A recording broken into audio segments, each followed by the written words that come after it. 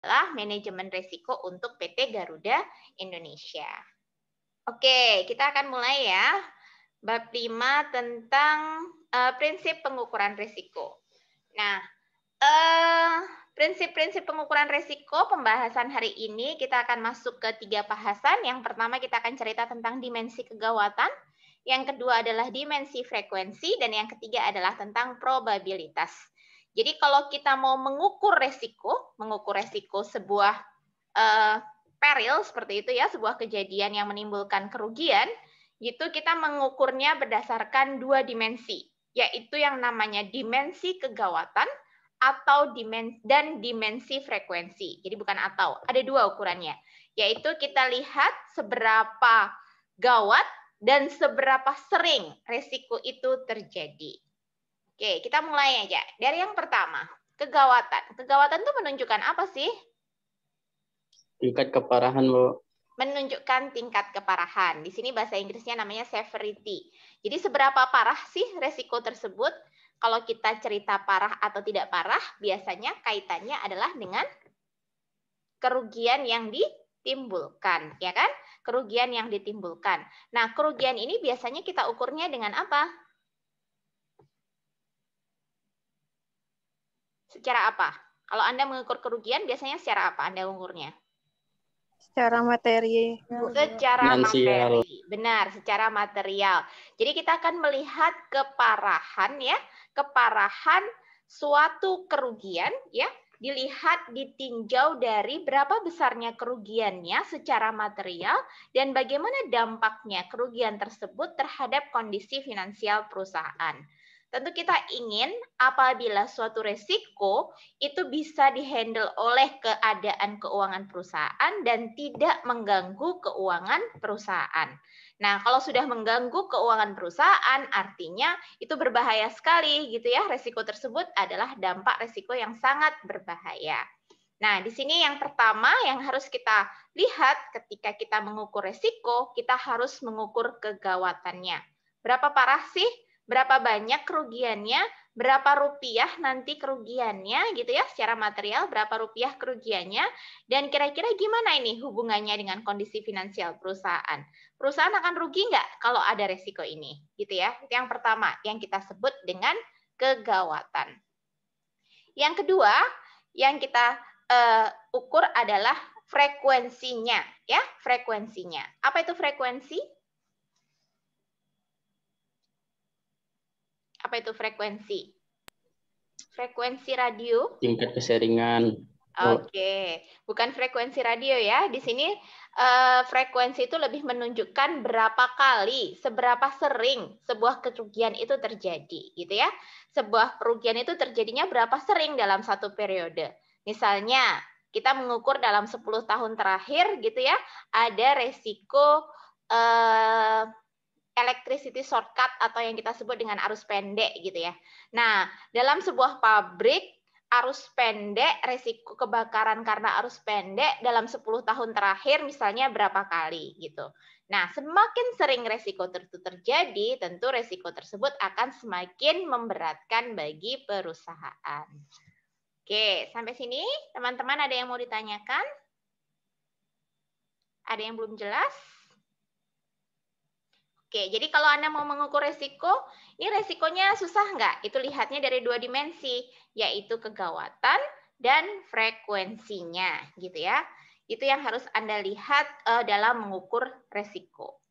Nah, sekarang kita lihat, apa sih hasilnya dari pengukuran resiko itu? Yang kita dapatkan nanti dari hasil mengukur resiko itu, kita akan mendapatkan rata-rata nilai kerugian selama satu periode anggaran. Periode anggaran itu berapa lama? Biasanya Per tahun, Bu. per tahun. Ya, per tahun ya. Anggaran itu kan disusun per tahun. Berarti kita akan tahu kira-kira dalam 1 tahun itu kita akan mengalami kerugian berapa gitu. Jadi kerugian tersebut sudah diantisipasi dan sudah dianggarkan oleh perusahaan. Kemudian kita bisa tahu variasi nilai kerugian dari satu periode anggaran ke periode anggaran yang lainnya. Jadi kita tahu anggaran itu berfluktuasinya seperti apa, naik turunnya seperti apa, sehingga kita bisa mengantisipasi apabila ada kerugian-kerugian yang mungkin muncul pada tahun anggaran tertentu, gitu ya. Nah, dampak keseluruhannya apa? Dampak keseluruhannya tentu kita akan bisa apa kalau kita sudah tahu berapa rata-rata kerugiannya? Kita akan tahu berapa sih resiko yang harus ditanggung oleh perusahaan, gitu ya. Berapa besarnya resiko yang harus ditanggung oleh perusahaan, berapa besarnya uang yang harus dianggarkan untuk menangani resiko tersebut. Gitu. Kita ambil contoh misalnya. Contohnya apa? Kita ambil contoh di sebuah perusahaan tekstil gitu ya. Mau lebaran nih teman-teman, kalau mau lebaran biasanya apa nih? Produk yang sering dicari oleh konsumen. Pakaian, Bu. Pakaian, iya benar, pakaian. Oke, kira-kira kalau dari pakaian gitu, kira-kira resikonya apa saja yang mungkin muncul dari proses identifikasi resiko Anda? Model dari pakaiannya kurang cocok dengan konsumen, Bu. Terus kalau misalnya cocok, harganya mungkin terlalu tinggi, Bu. Oke, jadi mungkin yang pertama adalah modelnya tidak sesuai dengan konsumen, kemudian harganya terlalu tinggi. Ada lagi? Dari segi ukurannya, Bu. Dari segi ukurannya. Jadi segi ukurannya gimana itu? Misalnya ada jenis baju yang ukurannya cuma satu ukuran. Oke, terus apa dampaknya kira-kira? Dampaknya produknya nggak jadi terjual. Produknya nggak jadi terjual. Oke, jadi intinya kalau yang tadi sudah saya tangkap dari Tata sama Rika ya, tadi adalah tidak sesuai dengan keinginan konsumen gitu ya. Tidak sesuai dengan keinginan konsumen sehingga produknya tidak terjual. Ada lagi nggak resiko yang lain? Produknya cacat, Bu. Ya, itu. Oke. Itu yang penting juga ya. Produknya tidak sesuai dengan kualitasnya. Jadi kualitas yang dijanjikan. Sehingga produknya cacat, tidak sesuai dengan kualitas, atau bahkan ada komplain dari customer karena produknya kurang sesuai dengan yang dijanjikan. Jadi seperti itu. Nah, dari sana tentu Anda bisa memperkirakan ya, beberapa identifikasi resiko, kemudian Anda buat sebuah proses pengukuran resikonya. Dari proses pengukuran resikonya, kan tadi ada kegawatan dan ada frekuensi gitu.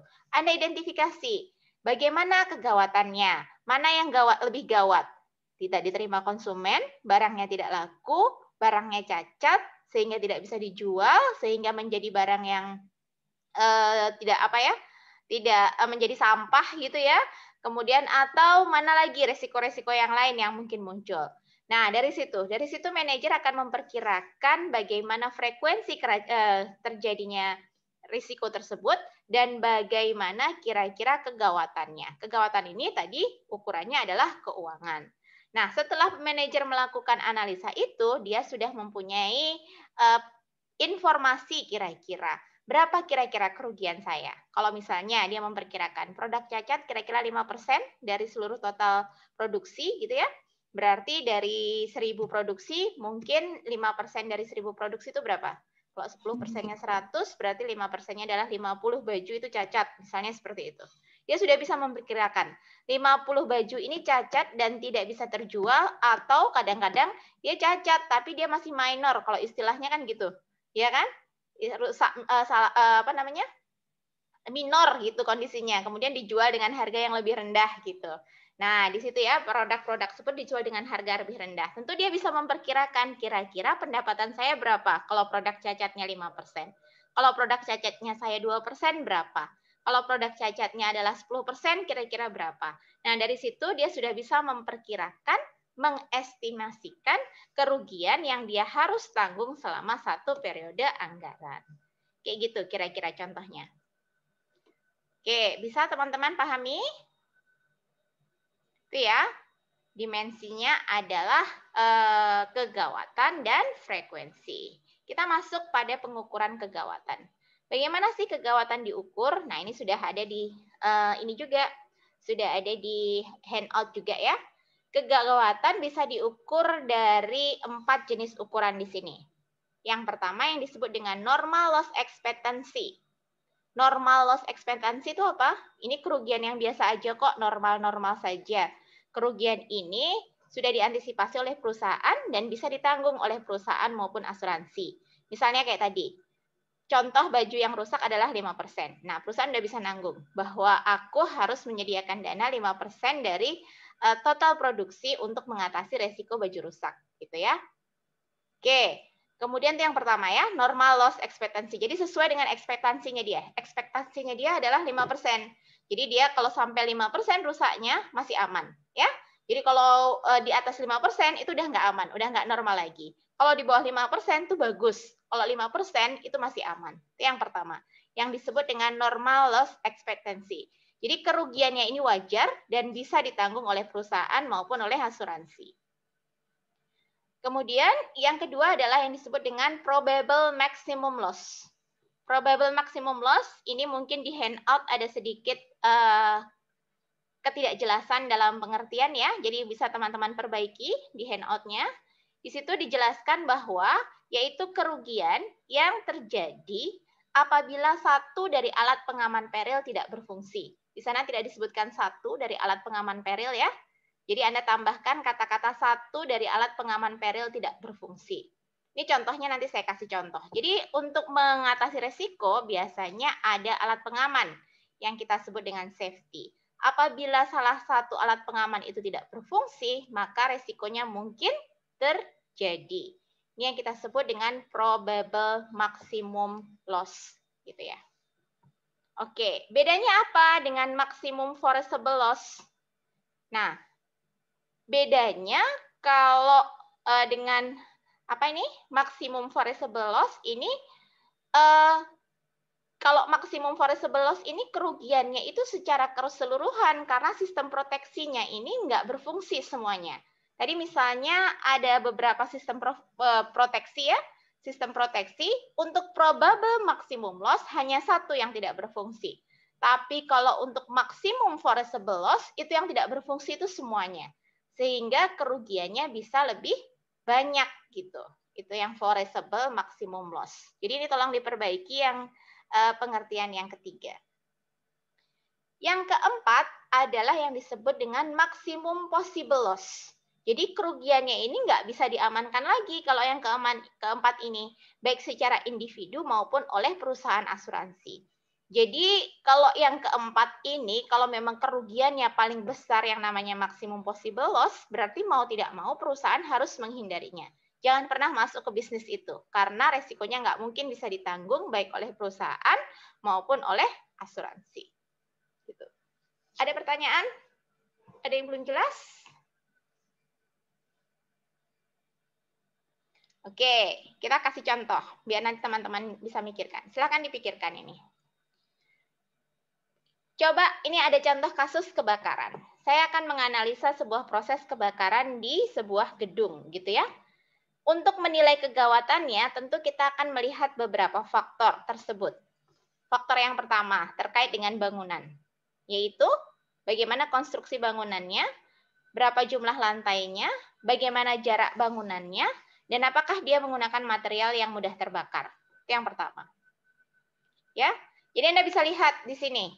Kalau misalnya Anda membandingkan antara misalnya kalau di Padang tuh gedung yang tinggi misalnya Transmart ya, Transmart dengan Basco gitu.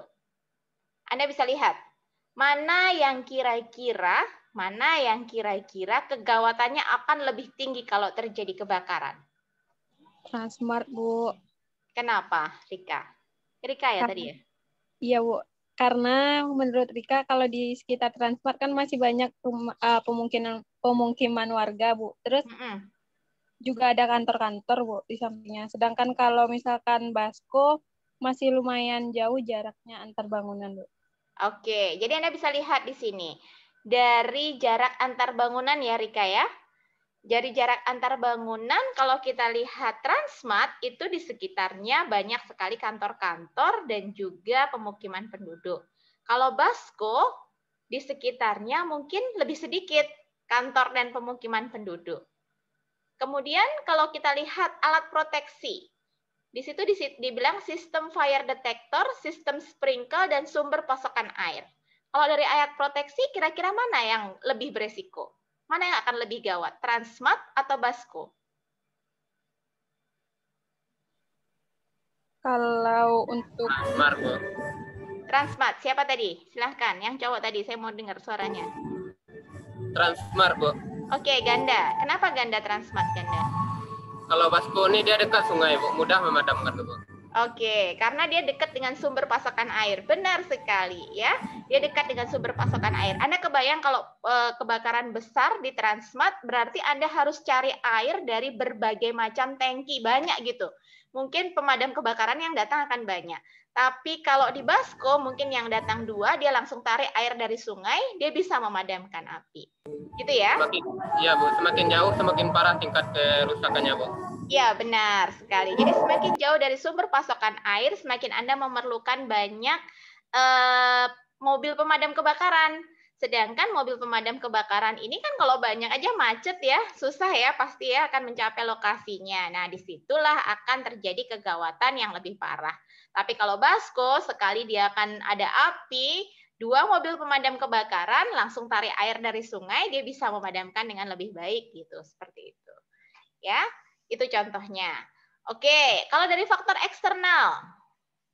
Kalau dari faktor eksternal, kira-kira mana yang lebih beresiko? Transmat atau Basko dari kegawatannya?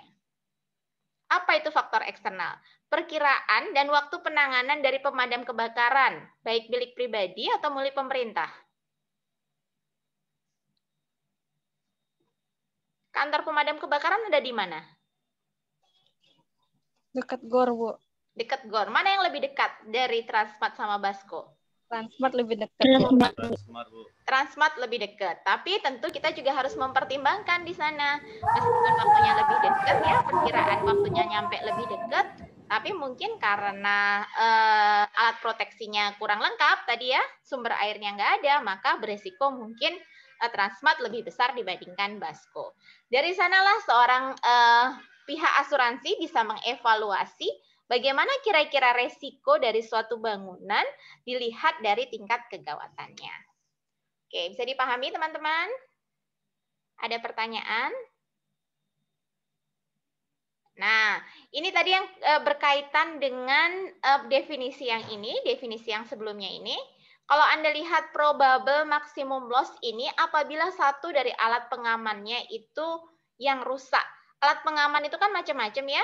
Jadi kalau kita lihat kasusnya kebakaran, alat pengamannya adalah ada sistem fire detector, ada apa lagi? Ada sistem sprinkle gitu ya, mungkin ya. Ada sistem drainase, mungkin seperti itu. Nah, Anda bisa lihat kalau hanya satu yang rusak dari alat proteksinya, maka yang disebut adalah definisinya adalah probability kerugian maksimum atau probable maximum loss. Tapi kalau dari semua alatnya itu rusak, maka yang terjadi adalah maximum foreseeable loss. Seperti itu.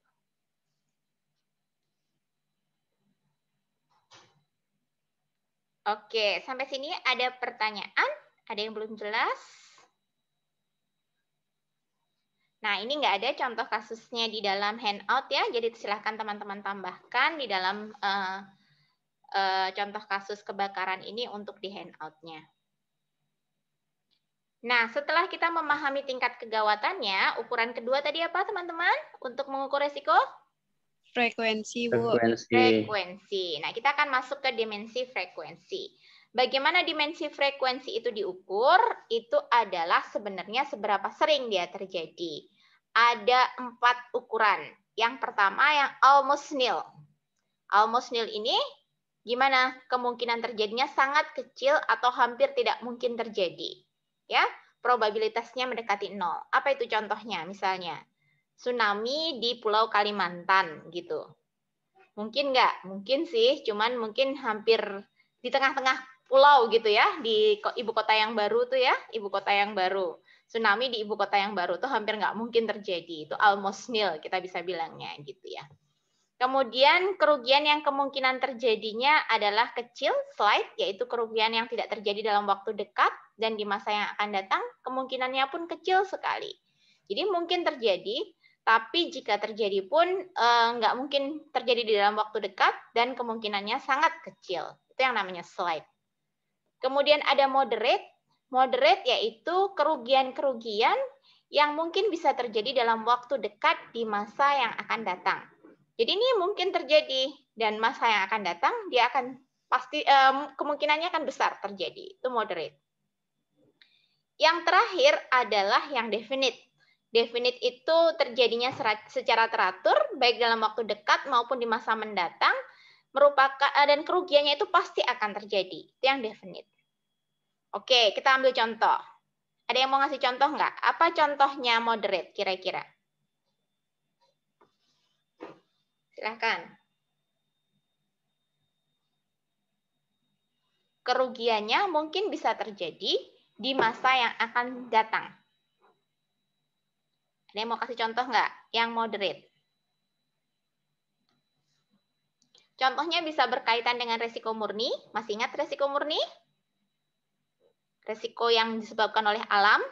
Bisa juga resiko yang disebabkan oleh perkembangan teknologi.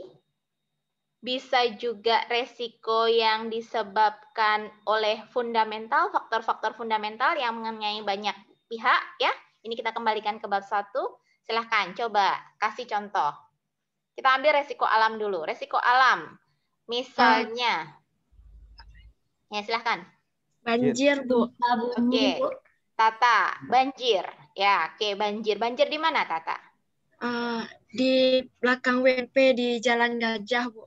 Oke, banjir di belakang UNP di Jalan Gajah. Itu masuk resiko yang mana? Yang slide atau yang moderate? Moderate.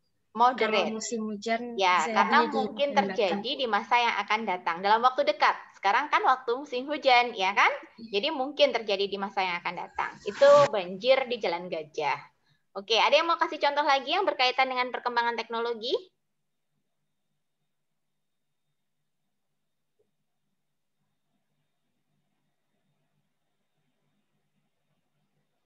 Berkaitan dengan perkembangan teknologi, misalnya apa?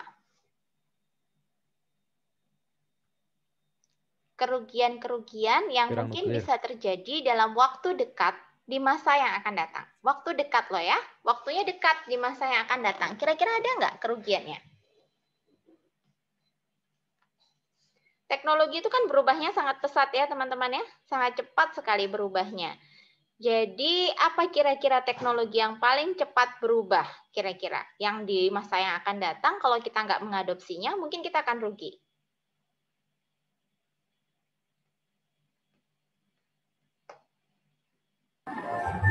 Pihak BlackBerry, Bu. Dikalahkan BlackBerry. oleh Android, Bu. Kenapa? BlackBerry kenapa, Ganda? Dikalahkan oleh Android, Bu. Atau Nokia yang ketinggalan zaman, Bu. Oke, ya. Jadi saya masih ingat tahun 2010-an ya. 2012, 2013 gitu kita masih pakai BlackBerry semuanya kan. Udah keren banget pakai BlackBerry. Nah, kemudian dikalahkan dengan cepat oleh Android ya. Jadi Anda bisa lihat teknologi aja, teknologi kamera aja.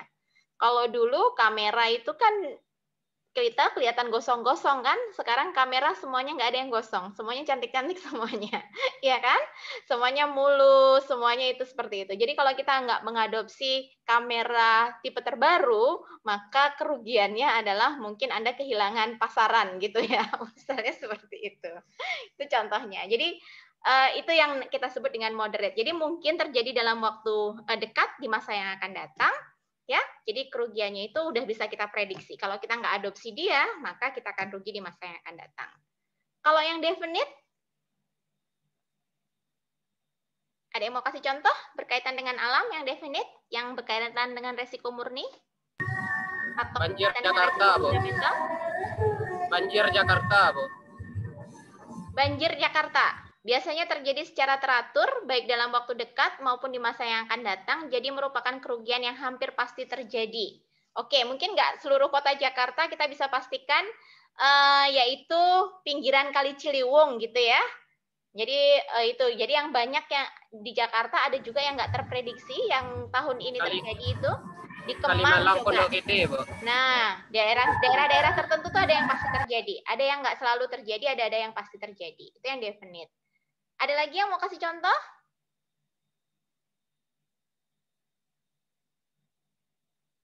Gunung Merapi yang di Jogja. Jadi Anda bisa lihat Gunung Merapi yang di Jogja sama gunung apa yang di Sumatera Utara? Sinabung. Sinabung, benar Naufal. Ya, Gunung Sinabung itu kan rutin banget ya meletus ya, masih aktif sekali, masih rutin meletus. Nah, itu juga salah satu resiko kerugian yang sifatnya definite ya. Oke, jadi seperti itu. Itu contohnya kalau kita lihat dari dimensi frekuensinya. Jadi kita bisa klasifikasikan menjadi 4, nil, slight, moderate, dan definite. Oke, jadi kita udah mengenal itu. Nah, dari sana sebenarnya konsep penting yang harus dipahami oleh seorang yang bekerja di sektor manajemen risiko, baik itu di perusahaan ataupun di asuransi nantinya adalah konsep yang namanya konsep probabilitas. Sudah pernah belajar probabilitas? Pasti sudah di statistik ya. Di statistik, probabilitas itu apa sih? Dari tadi kita ngomong seberapa sering dia terjadi. Seberapa sering dia resiko ini mungkin muncul gitu ya. Jadi seperti itu. Itu sebenarnya ukuran-ukuran dalam statistiknya kita sebut dengan probabilitas. Probabilitas itu kita definisikan sebagai kemungkinan terjadinya suatu peristiwa atau event dibanding dengan total event selama satu periode. Jadi kita ambil periode waktu, misalnya periode waktunya adalah 10 tahun, kita tahu misalnya banjir Jakarta itu tidak terjadi setiap tahun, tapi biasanya terjadinya setiap 2 tahunan ya. Pada saat Indonesia frekuensi hujannya sangat tinggi gitu, berarti kita tahu dalam 10 tahun itu pasti terjadi 5 kali banjir besar, itu eventnya. Nah, totalnya berapa? Periodenya adalah 10 tahun, jadi 5/10. Jadi probabilitasnya adalah 50% Jakarta akan mengalami banjir besar dalam waktu 10 tahun. Gitu. Itu yang kita sebut dengan probabilitas. Nah, ukuran probabilitas ini menjadi dasar seseorang untuk menentukan frekuensi itu tadi. Seberapa sering dia terjadi. Gitu ya. Mungkin Anda masih ingat probabilitas itu nilainya berapa? 0 sampai 1 ya. Kalau 0 itu tidak mungkin terjadi. Kalau 1 itu pasti terjadi. Semakin mendekati 1, kemungkinan suatu event itu terjadi semakin besar, gitu ya. Jadi 0 sampai 1 saja. Jadi biasanya dinyatakan dalam persen probabilitas itu 0,1%, 0,1 atau 10%. Jadi kemungkinan terjadinya suatu peristiwa itu 10%, lebih sedikit. Kalau kita bandingkan dengan kemungkinan sebuah peristiwa itu adalah 0,9 atau 90%. Nah, dasar ilmu ini yang digunakan oleh para manajer resiko, juga oleh pihak asuransi untuk mengevaluasi frekuensi terjadinya suatu peristiwa. Gitu. Ya, jadi seperti itu. Jadi di sini Anda bisa lihat contoh soalnya yang ada di handout. Misalnya dari catatan kepolisian diketahui jumlah kecelakaan mobil di Surabaya pada tahun 2015 adalah sebanyak 10.000 kali. Di mana dari jumlah tersebut 1.000 yang menimpa mobil pribadi dan 9.000 menimpa mobil penumpang umum. Nah, ada 2 cara untuk menghitung probabilitas. Yang pertama tanpa dibobot, jadi 1.000. Kalau mobil pribadi, kemungkinannya adalah 1.000 mobil pribadi ya. Nih, 1.000 mobil pribadi Anda bisa lihat di sini. Oke, kita bandingkan dengan total eventnya. Total eventnya adalah 10.000. Maka kemungkinan mobil pribadi kecelakaan adalah 10%. Itu cara yang pertama. Yang kedua adalah dengan dibobot. Kalau dengan dibobot gimana? Kalau dengan dibobot adalah kita lihat mana yang kira-kira bobotnya itu menunjukkan kerugiannya lebih parah. Mobil pribadi atau penumpang umum. Oh, menurut evaluasi, ternyata mobil pribadi itu biasanya lebih parah. Maka kita kasih bobot 2 untuk mobil pribadi, dan kita kasih 1 untuk penumpang umum. Berarti 2 kali 1.000 dibagi 2 kali 1.000 ditambah 1 kali 9.000. Dapatnya adalah 18,18%. Dari sini kita lihat bahwa kemungkinan atau probabilitas mobil pribadi kecelakaan tanpa bobot itu adalah 10%. Kalau dengan bobot dia meningkat menjadi 18,18%. Kenapa beda? Di sini karena kita membuat asumsi bahwa kerugian yang dialami oleh mobil pribadi itu lebih besar daripada dengan kecelakaan mobil umum. Jadi seperti itu. Itu contoh probabilitas. Nah, ini tugasnya seorang manajer risiko. Manajer risiko akan mengukur probabilitas terjadinya suatu peril, ya, suatu peril atau kejadian yang menimbulkan risiko. Apa saja peril di dalam perusahaan? Misalnya, ada peril kebakaran, ada peril pencurian data, ada peril keterlambatan karyawan. Itu juga risiko ya, keterlambatan karyawan. Nah, dari sana dia akan mengukur berapa probabilitas terjadinya peril tersebut. Seberapa sering sih peril ini terjadi? Sehingga dia punya dasar untuk menentukan nanti pengukurannya dalam hal frekuensinya terjadinya peril tersebut dalam suatu periode waktu. Kayak gitu. Sampai sini ada pertanyaan?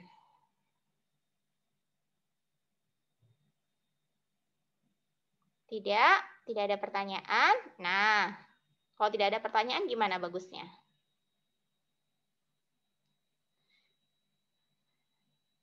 Gimana Ihsan? Ihsan kayaknya mau ngomong tuh Ihsan.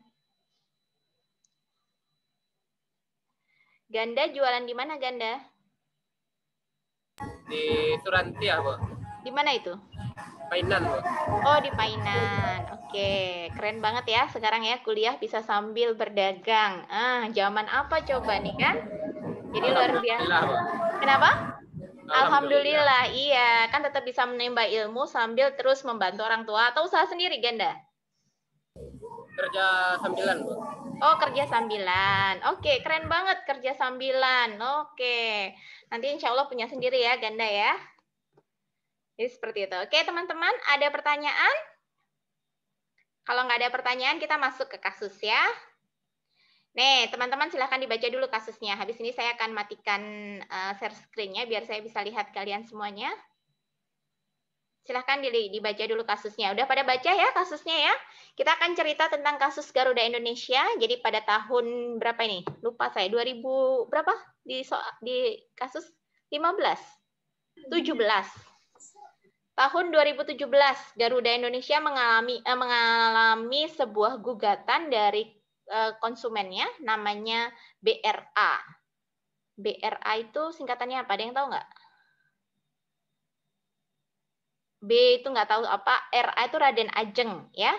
Ini pasti salah satu keluarga kerajaan lah di Jawa ya.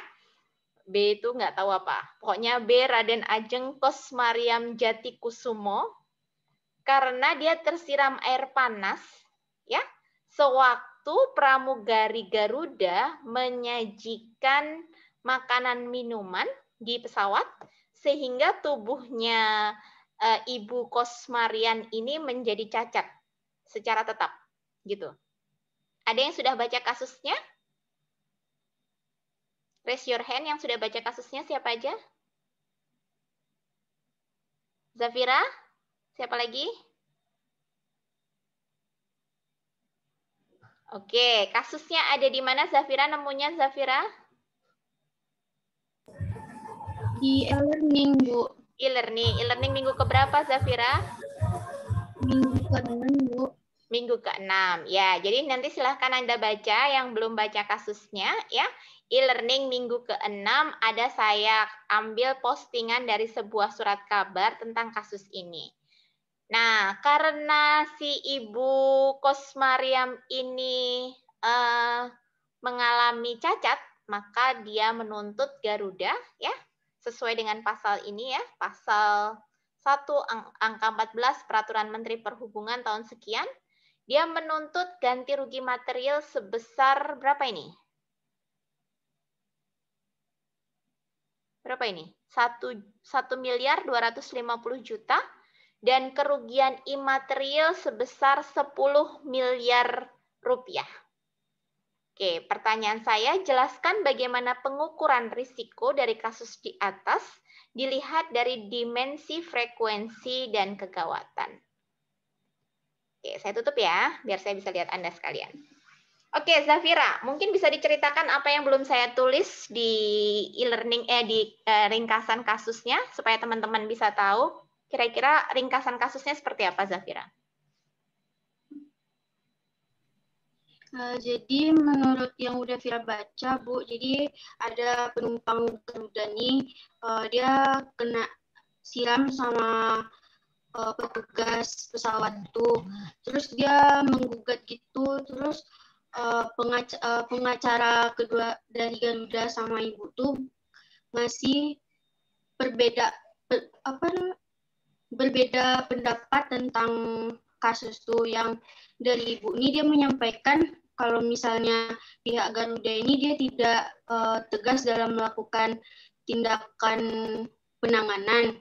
Sementara yang kata pengacara Garuda, pihak Garuda telah memberikan kasus penanganan. Pas tiba di Banyuwangi pun sudah dilakukan perawatan, diantarkan ke rumah sakit oleh pihak Garuda. Namun ibu tersebut tetap menggugat pihak Garuda pada tanggal 11 April 2017. Di sana dia menggugat yang sebesar 1.250.000.000 dan 10 miliar tersebut, Bu.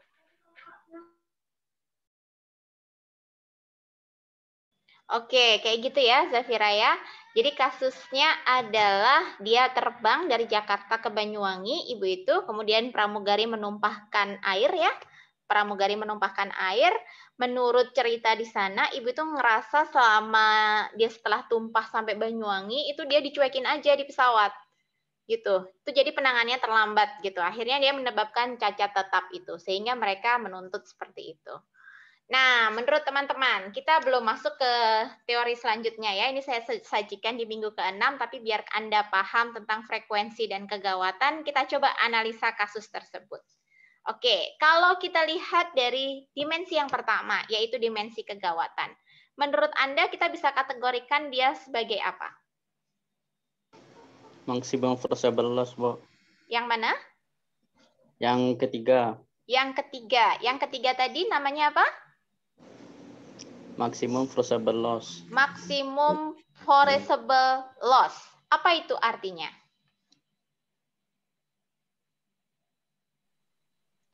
Kerugian-kerugian yang tidak dapat diatasi karena semua sistem proteksi tidak berfungsi secara keseluruhan. Gitu, Zulmahendra. Ya, Bu. Ada sistem proteksi nggak kira-kira di Garuda? Kalau misalnya ada kasus seperti ini.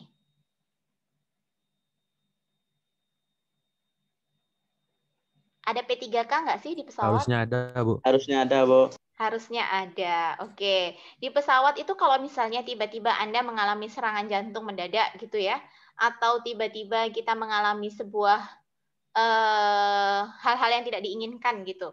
Apa misalnya sesak nafas atau apa gitu. Kira-kira gimana penanganannya, teman-teman? Biasanya.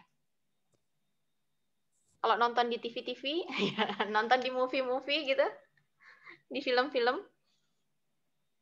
Saiful? Diberikan pertolongan pertama. Biasanya dia mengumumkan kan ya, apakah dari penumpang ada yang merupakan dokter atau tenaga kesehatan gitu kan. Kalau dia nggak ada, berarti dia akan memberikan pertolongan pertama. Secara kemampuan pasti pramugari itu mendapatkan kemampuan. Jadi di sini yang dilakukan, yang dialami oleh Ibu Kosmarian tadi adalah dia tidak mendapatkan perlakuan apa-apa ketika dia sudah mengalami tersiram air panas tersebut. Jadi di sini Zulmahendra menyebutkan bahwa dia adalah kategorinya maksimum forcible loss ya, kerugian yang tidak dapat diatasi karena semua sistem proteksi tidak berfungsi secara keseluruhan. Oke, mungkin nggak yang probable maximum loss? Saya share dulu biar kalian paham. Ada dua ya. Ada yang namanya probable maximum loss, ada maximum forcible loss. Nah, kalau misalnya Garuda tersebut memiliki satu sistem proteksi, tapi hanya satu yang nggak berfungsi, maka kita kategorikan dia sebagai probable maximum loss. Tapi kalau ternyata Garuda itu tidak memiliki sama sekali sistem proteksi, untuk hal ini mungkin nggak pernah terduga ya resiko ini ya.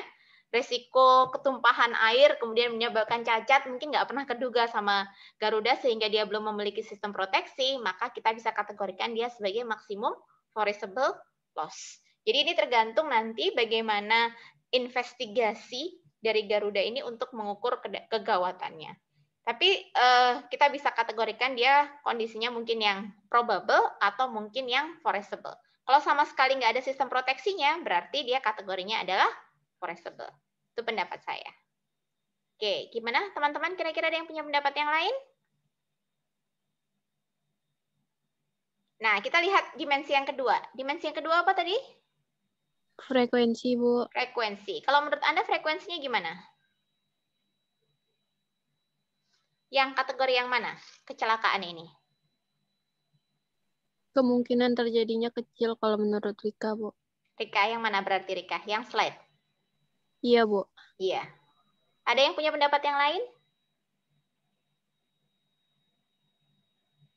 Kalau saya lihat moderate juga nggak mungkin, karena kalau moderate itu kerugiannya mungkin terjadi di masa yang akan datang gitu. Ya kan? Jadi kalau sudah ada biasanya kecelakaan seperti ini, pasti nanti training untuk para pramugarinya semakin bagus ya di Garuda ya. Tentu dia akan semakin mengambil satu metode training yang lebih bagus sehingga mereka lebih berhati-hati dalam hal memberikan pelayanan, terutama ketika menumpahkan air panas itu. Menuangkan air panas, bukan menumpahkan air panas. Oke, jadi kita bisa kategorikan secara frekuensi dia masuk sebagai slide, yaitu kemungkinan kerugian yang terjadinya kecil. Ya, sampai sini ada pertanyaan, teman-teman? Nah, nanti kalau ujian, bentuknya saya adalah kasus seperti ini ya, teman-teman ya. Saya akan menyajikan kasus, kemudian Anda menggunakan teori untuk menyelesaikan kasus tersebut. Jadi saya suruh misalnya identifikasi resiko. Nah, ambil teorinya, kemudian Anda identifikasi. Bagaimana pengukuran resikonya? Ambil teorinya, kemudian Anda ukur. Jadi seperti itu. Tapi kita pakai kasus, ada beberapa kasus yang sudah saya share di e-learning. Ada kasus Garuda, ada satu lagi nanti kayaknya minggu depan itu pakai kasus Kalbe Pharma kita. Oke, sampai sini ada pertanyaan?